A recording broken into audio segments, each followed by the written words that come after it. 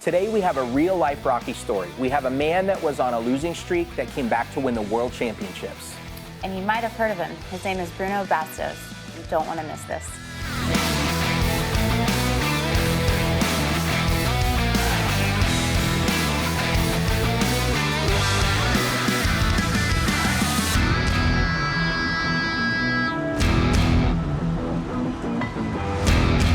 Bruno, thank you so much for joining us today. I am covered in goosebumps having you on another episode of Inside the Fight for you to share your amazing story of the Jiu Jitsu world. So first, can we start with how many years have you been in the fight game, my friend?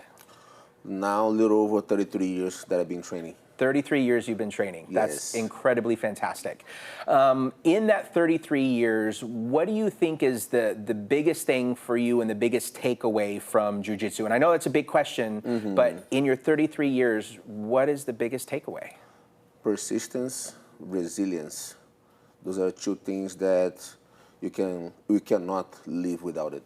Absolutely. So within the world of Jiu Jitsu, what do you think that persistence piece really means? Because you have an amazing school in Midland, beautiful Midland, Texas. Actually, your school is the 9th ranked school by the IBJJF. And so to have something like that in Midland is amazing. But for you, when you're coaching your students with persistence, what does that mean for you to impart on them?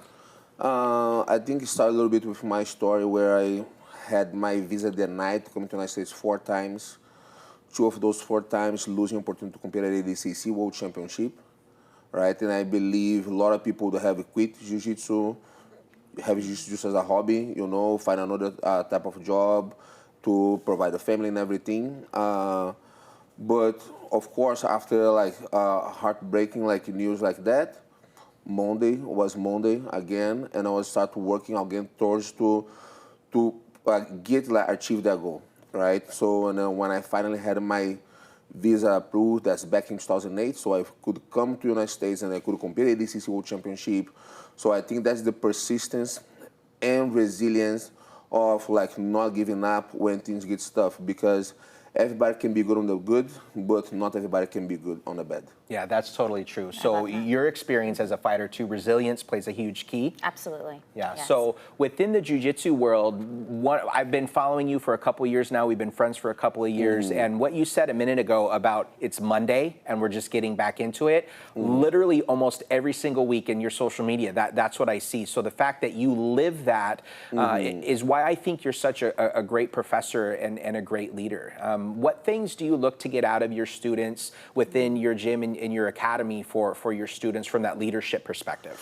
Yeah, like of course we have from 3 years old to 6 years old, right? Like no, we have a 73-year-old now. So, 73 years old. Yeah, so now we have a 70-year span, like years of age on the students, right? But the thing is, no matter like what you do in life, right? And then what goes on the weekend, and like Monday, everybody's back to routine, right? And I think in the martial arts world, and then we talk about Jiu-Jitsu specifically here, where like in a social media era that everybody has eyes on you, right? So you're concerned about what everybody gonna think about you, what you're posting on your Instagram or Facebook or TikTok or whatever, right? And then maybe create all that expectation about you around you, and then like you lose like a little local tournament, but then oh my God, like I'm embarrassed or ashamed or this and that, or like you're doing Jiu-Jitsu but you play on a little local like soccer league or baseball league, whatever, like, oh, my team lost, like I'm not good or this or that.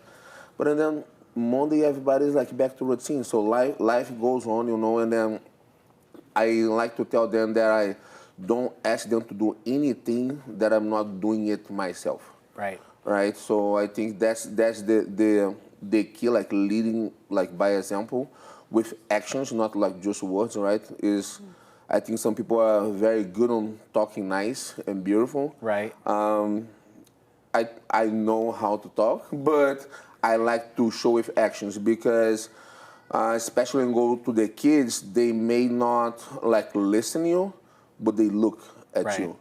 You know, so that's the thing for me. Now, Jamie, we're going to bring up this video of Bruno that really is, when he told me the meaning behind it, it really kind of hit me in the heart field. So can we play that video?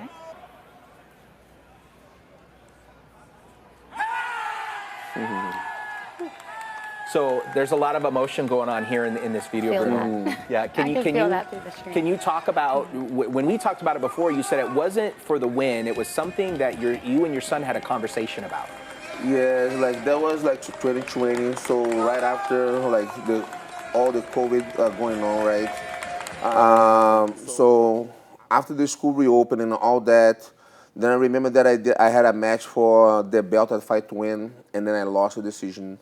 Then I went to Pens, and I didn't even go to the podium, right? Then I went to Oklahoma City Open in a 3-man bracket, and I got bronze medal, right? Then he said, like, well, Papa, you're not gonna win anymore. And then for me it was hard because for 2 years, he went 0-2 and 0-4 in every tournament that he went. Yeah, he was winning everything. No, he was losing everything. Oh, he was losing everything. My son, yes. Yeah. Right? And then, but I was always like okay with that because like he was too young and then he was enjoying. So I think he didn't understand winning and losing. Right. He was just going to compete because his dad competes and then his friends are competing. So he was going to compete as well. Right? And then until he went to the Pancakes for the first time and then in a 3-kid bracket, and he lost both matches, and that was the first time that he cried, right? So then he understood what like losing feel, right? And then like he still lost few tournaments until he finally won his first tournament, like June of 2019. Like I cannot forget that, right? Because his first time winning. And then, like, so he understood now what winning feel like, right? Once he lost the Pancakes, that was few months prior, I made him a promise that I would train him. Because up until then, he was just, like, doing, like, we call the Baby Sharks class. Yeah. Like, the little kids. And then he started training with me. And then, so 1 year later, he went back to Pancakes and then won the Pancakes title. So this is like father like son, where you had your streak, he had his streak, and then got to be overwhelmed with those emotions of the win on the other side of that. He had his streak first, right? So like he was winning now, and like so now he expects dad to win, right? But dad is losing, yeah, right? And then so then I told him like, well, the same way I made you a promise when you lost and cry, I promise now that I'm gonna win. So and then like I did everything that I could in the preparation, and then. It's so weird because like my students, they would be like at the tournament, Sensei, you need something. I'm like, oh, guys, don't worry. Like I wasn't even sitting between matches. You know, and then nobody even scored a single advantage on me. You know, like that perfect day, the perfect game, like was that day, and then the final against like Roberto Abreu, that's an amazing competitor. He was the grappler of the year. He was undefeated for like 2 years, I think. And then to have that victory, and then for me it was like the relief. Right. Like, and then all the emotion that you guys saw on the video, and then like was more like, of course I celebrated, but it was more the relief of like, man, like I was able to get done a promise that I did for my son. That's just such a beautiful story. As we come towards the end of our episode today, if you could share and impart, what direction do you want to see Jiu Jitsu going, and why would you encourage other parents to get their kids in Jiu Jitsu? Oh, I like to live by 2 mantras. One is live every day to achieve your dreams. So I think Jiu Jitsu is an amazing tool to personal development, right? And then if your kid get to compete, that's going to enhance that too, all right? Because he's going to experience like all the ups and downs. They're going to like mimic exactly like how life it is. So I think that's the biggest thing, right? And then we have, like I say, the winning culture, like set yourself apart. The winning culture doesn't mean winning everything. Mean doing your best in everything that you do, like your best husband, the best father, the best wife, the best daughter, the best son. Like so, you try to be the best person every day, but setting yourself apart from everybody else. Because if you do what everybody else do, you get the same results. Right. So I think those things are what I try to preach at my school, and then with all my students, kids and adults. And I think that's a reason why parents should put their kids in Jiu-Jitsu for sure. And Bruno, I just want to honor you and lift you up, because you really, truly are a man of example, and you do exactly what you say you're going to do, and every single thing that you ask of any of us, you have done. And that, to me, more than anything else, especially in this world where we have people telling us, do this, do that, do the other, and they don't, here you are always leading by example, always being back in the gym on Monday. I know you you have had a crazy travel schedule, and whether it's being a husband, whether it's being a father, whether it's being, you know, the amazing leader that you are in Bastos BJJ and your amazing affiliation. Bruno, I just want to say thank you so much for all you do for the Jiu-Jitsu community, and it means a lot to us for you being here. Thank you so much. Well, thank you both of you guys. Like, hard to not be emotional, but Monday's Monday for everybody. Be sure to subscribe and follow us. And we'll see you next time on Inside the Fight.